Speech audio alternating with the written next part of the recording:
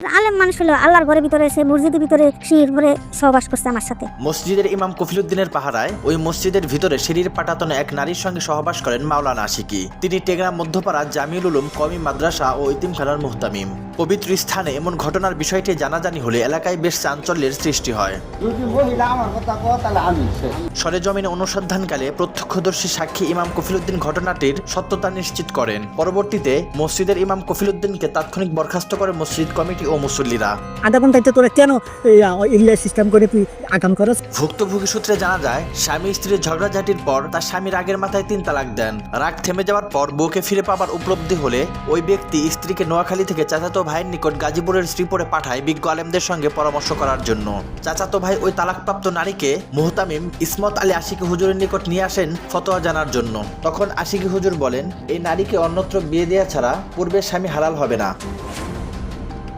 এক পর্যায়ে ভুক্তভোগী নারীকে কুমতলবে ইমামের সহযোগিতায় বিয়ে নামক খেলা শুরু করেন ইসমত আলী আশিকি। আলোকিত মসজিদের লাইট নিভিয়ে অন্ধকারে রূপান্তরিত করেন অভিযুক্তের সহযোগী ইমাম কফিলউদ্দিন। এরপর মসজিদের সিঁড়ির উপর সহবাস করেন আশিকি। শারীরিক মিলনের পর মসজিদে থাকা ওই অবস্থায় নারীকে তালাক প্রদান করেন। তখন ওই নারীকে পূর্বে স্বামীর সাথে সংসার করতে পারবে কোনো সমস্যা নাই বলে ফতোয়া জারি করে সেখান থেকে দ্রুত চলে যান। অভিযুক্ত মুহতামিম ইসমত আলী আশিকির সাথে যোগাযোগ করলে তিনি নিজেকে বড় বক্তা দাবি করে সব অভিযোগ অস্বীকার করে তিনি বলেন, আমার নিকট তারা এসেছিল, পরে অনুরোধ করলে আমি ওই নারীকে আরেকজনের মাধ্যমে হালাল করে দিয়েছি। কার সঙ্গে হালাল করা হয়েছিল এমন প্রশ্নের উত্তরে তিনি একবার বলেন, পরে জানাবো, আমি এখন মাহফিলে যাচ্ছি।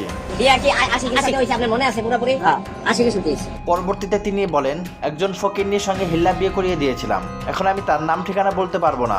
বিয়ে পড়িয়ে দেয়া সেই ইমাম কফিলউদ্দিনের স্বীকারোক্তি প্রসঙ্গে পুনরায় জিজ্ঞেস করলে তিনি বলেন, সবাই আমার সম্মানহানি করার জন্য ষড়যন্ত্র করছে। তারা আমার নিকট 1 লাখ টাকা চাঁদা দাবি করেছে। সমস্যা কি? হ্যাঁ, দর্শনের মামলা করবো, সমস্যা নাই।